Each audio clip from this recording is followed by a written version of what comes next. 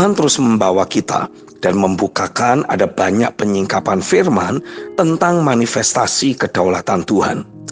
Roh Kudus sedang menyatakan kepada kita bahwa di tengah krisis yang akan datang, realita Tuhan akan semakin bertambah nyata.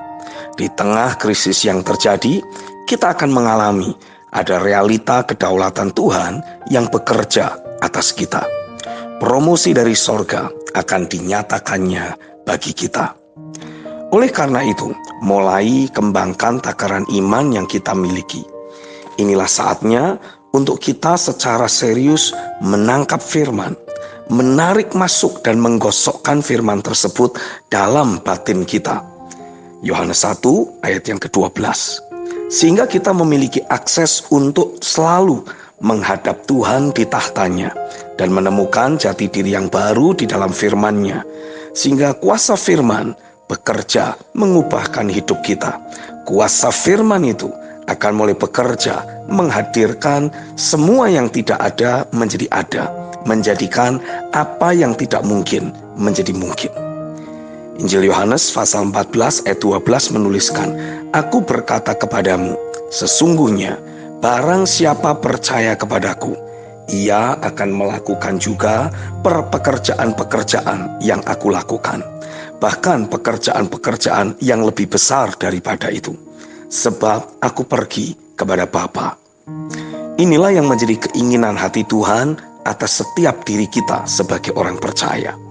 Bahwa Tuhan telah menetapkan diri kita untuk melakukan berbagai pekerjaan-pekerjaan Tuhan, bahkan pekerjaan yang lebih besar dari yang pernah Yesus lakukan. Selama ini cetakan dunia telah berhasil membentuk berbagai pemikiran yang manusiawi dan lahiriah. Sehingga ketika Tuhan memberi firman-Nya, muncul berbagai logika dan pertimbangan manusiawi yang menentangnya, membatasi penglihatan kita untuk tidak dapat melihat realita kemuliaan sorga. Ada berbagai benteng dan kubu pertimbangan manusia yang terbangun karena pengaruh sistem dan pola dunia. Kita jadi lebih percaya kepada realita data dan fakta lahiriah, dan hal itu menghalangi pikiran kita untuk menerima berbagai dimensi ilahi yang sifatnya kekal. Perkataan atau deklarasi firman akan menjadi senjata ilahi kita untuk merobohkan segala benteng dan kubu pertahanan manusiawi yang menentang kebenaran dan pengenalan akan Tuhan. Dengan kita melatih diri untuk terus mendeklarasikan firman, otomatis firman akan dengan mudah bekerja menguasai diri kita dan memanifestasikan keilahiannya. Injil Matius pasal 4 ayat 4 menuliskan, Yesus menjawab, "Ada tertulis, manusia hidup bukan dari roti saja, tetapi dari setiap firman yang keluar dari mulut Allah." Firman Tuhan menegaskan bahwa kita hidup bukan dari makanan lahiriah saja, melainkan dari setiap firman yang keluar dari mulut Allah. Tapi kenapa ada banyak di antara kita yang seperti sulit untuk membiasakan diri memperkatakan firman? Hal itu disebabkan karena pekerjaan si jahat telah berhasil menyumbat aliran-aliran air hidup dalam diri kita. Itu sebabnya kita tidak boleh menjadi pasif atau tinggal diam. Ambil keputusan dan mulailah bertindak dengan mempergunakan mulut kita terus memperkatakan firman-Nya. Pakai otoritas ilahi yang Tuhan sudah berikan untuk mengusir berbagai pekerjaan musuh. Sebaliknya, undang damai sejahtera dan sukacita ilahi sampai atmosfer ilahi kembali memenuhi dan menguasai batin kita. Ada aliran-aliran sungai Allah yang mengalir deras dari dalam batin kita karena Allah tinggal di dalamnya. Mazmur pasal 46 ayat 4-5.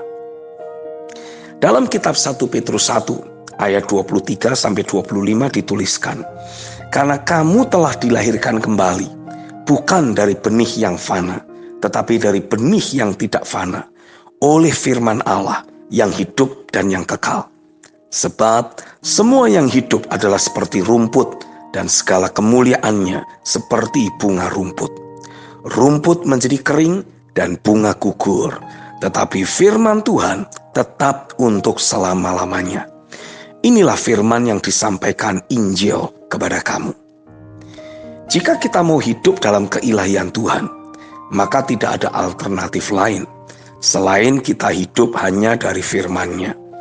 Karena kita telah dilahirkan kembali oleh benih ilahi, yaitu firman Tuhan. Maka kita pun harus hidup hanya dari firman. Latih dan biasakan diri kita untuk menjalani hidup kita setiap hari hanya berdasarkan firman yang Tuhan berikan kepada kita. Sebab hidup kita tanpa realita Tuhan dan firman-Nya hanyalah kehidupan yang sia-sia dan berujung pada kebinasaan. Sebaliknya, dengan kita hidup di dalam firman, maka hal tersebut akan membawa hidup kita ada di dalam kekekalannya. Maut ditelan dalam kemenangan. Hidup kita akan makin bertambah efektif, produktif, dan berdaya guna bagi kerajaannya. Tuhan membawa kita untuk selalu menikmati kehidupan pada puncak potensi dan vitalitas kita. Nikmatilah hidup yang diberkati dan senantiasa berbahagia. Amin.